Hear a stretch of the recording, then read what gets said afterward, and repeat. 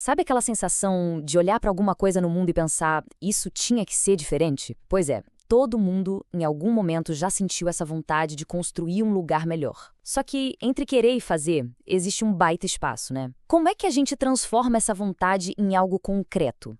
Esse desejo, com certeza, é o motor de tudo. É o que dá o primeiro empurrão. Mas vamos combinar. A tarefa de mudar o mundo parece uma montanha para escalar. Quase impossível. Como é que se organiza ideias, junta gente, arruma recursos para, de fato, fazer alguma diferença? É justamente esse o desafio que a gente vai desvendar aqui. E é aqui que entra a ideia central que vai guiar toda a nossa análise. Pensa nessa metáfora, ela é muito poderosa. Um projeto não é só uma ação isolada. É a estrutura, é a ponte que liga a nossa visão de futuro com o presente que a gente quer transformar.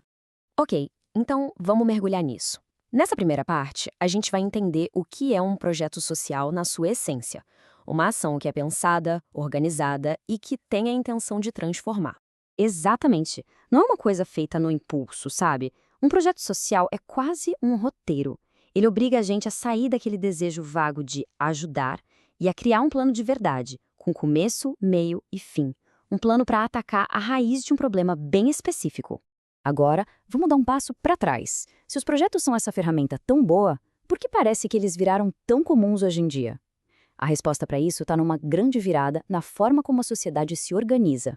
Essa é a pergunta de 1 milhão, né? Por que cada vez mais a gente ouve falar em projeto para tudo? Seja vindo do governo, de uma comunidade, de empresas.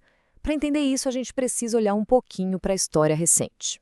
Olha só que interessante. O projeto social, do jeito que a gente conhece hoje, não surgiu do nada, não. Ele é resultado direto de uma nova forma de dançar, uma nova dinâmica entre o governo e a sociedade civil organizada.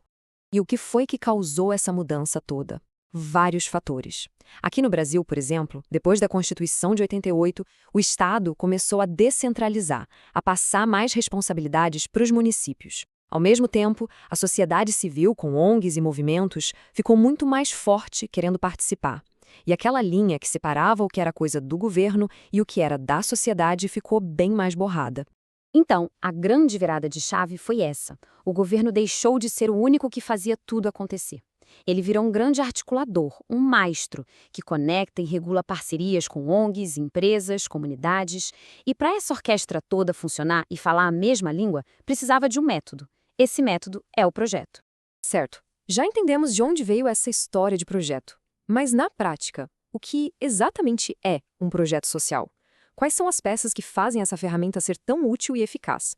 Essa definição do Domingos Armani é perfeita, resume tudo. Primeiro, é uma ação planejada, nada de improviso. Segundo, tem uma estrutura, com objetivos, o que se espera alcançar e o que vai ser feito. E terceiro, tem limites, limite de grana e de tempo. São justamente esses limites que trazem foco e disciplina para a ação. E aí que está o pulo do gato. O formato de projeto permite que, por exemplo, o governo, uma ONG e uma empresa se juntem para limpar um rio. Eles trabalham juntos, focados, e quando o projeto termina, a parceria formal pode até acabar, mas o rio está limpo. É um jeito muito ágil de colaborar. E olha só como os papéis se completam. Para o Estado, um projeto muitas vezes é uma pecinha de uma política pública bem maior. Já para a sociedade civil, ele pode ser um jeito de inovar, de fortalecer uma comunidade, de participar. E no meio, conectando tudo isso, está o quê? O fortalecimento da democracia. Mas como qualquer ferramenta poderosa, é claro que existem desafios. Nem tudo são flores. Para ter uma visão completa, é fundamental a gente olhar para o outro lado da moeda e entender as possíveis armadilhas desse modelo de ação. Essa tabela mostra muito bem essa dualidade. O que é uma força pode virar uma fraqueza. Por exemplo, a ação focada de um projeto é ótima, mas o risco é a fragmentação. Um monte de projetinhos que não conversam entre si.